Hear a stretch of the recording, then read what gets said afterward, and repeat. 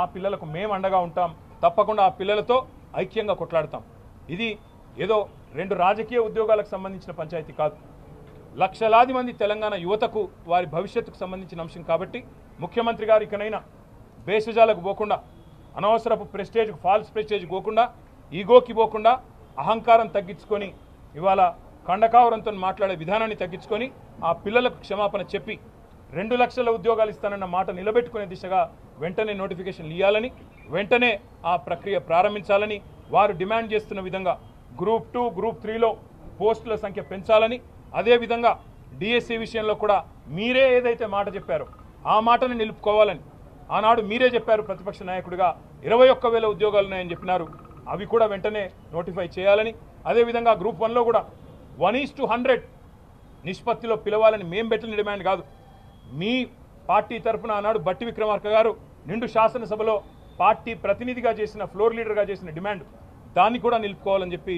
తెలంగాణ యువత తరఫున, తెలంగాణ పిల్లల తరఫున ఈ ప్రభుత్వాన్ని, ముఖ్యంగా రేవంత్ రెడ్డి గారిని, తెలంగాణ యువతకు నిన్న మాట్లాడిన దిక్కుమాలిన మాటలకు క్షమాపణ కూడా చెప్పాలని చెప్పి కూడా డిమాండ్ చేస్తూ సంవత్సరంలో 2 లక్షల ఉద్యోగాలు ఇచ్చే విషయంలో రాబోయే శాసనసభ సమావేశాల్లో కూడా తప్పకుండా చర్చకు పట్టుబడతాం, ప్రభుత్వాన్ని శ్వేతపత్రం ప్రచురించమని డిమాండ్ చేస్తాం.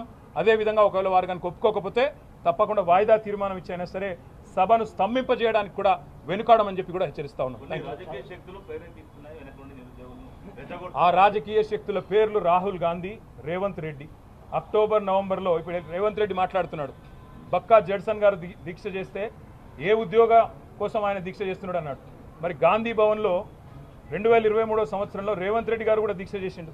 ఏ ఉద్యోగం కోసం దీక్ష చేసిండు? ఏ పరీక్ష రాస్తున్నాడు రేవంత్ రెడ్డి అని చెప్పి దీక్ష చేసిండు? ఏ పరీక్ష రాస్తున్నాడు అని చెప్పి మరి ఈరోజు రాహుల్ గాంధీ అశోక్ నగర్కి వచ్చిండు. ఇవాళ అశోక్ నగర్లో ఉండే సన్నాసులని మాట్లాడుతున్నాడు.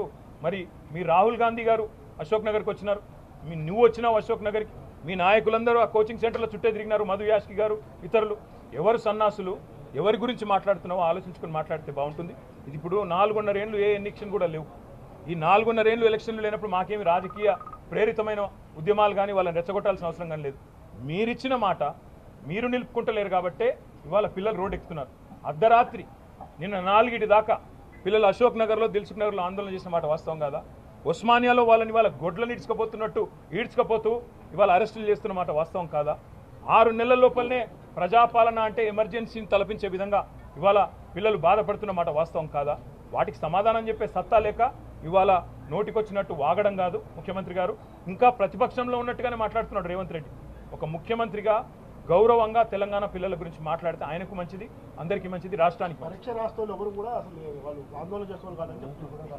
సరే, రేవంత్ రెడ్డి గారి గురించి ఎంత తక్కువ మాడితే అంత మంచిది. మేము అనేది ఏమంటే రేవంత్ రెడ్డికి సత్తా ఉంటే, నీ ప్రభుత్వానికి నిజాయితీ ఉంటే, చిత్తశుద్ధి ఉంటే, నువ్వు అంటావు కదా మాట్లాడితే శ్వేతపత్రం అని, ప్రచురించి శ్వేతపత్రం.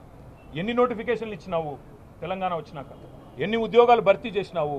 నువ్వు చెప్పిన 2 లక్షల ఉద్యోగాలు, నువ్వు చెప్పిన జాబ్ క్యాలెండర్లో ఎన్ని మాటలు నిలబెట్టుకున్నావు? స్పష్టంగా ఒక శ్వేతపత్రం ప్రచురించి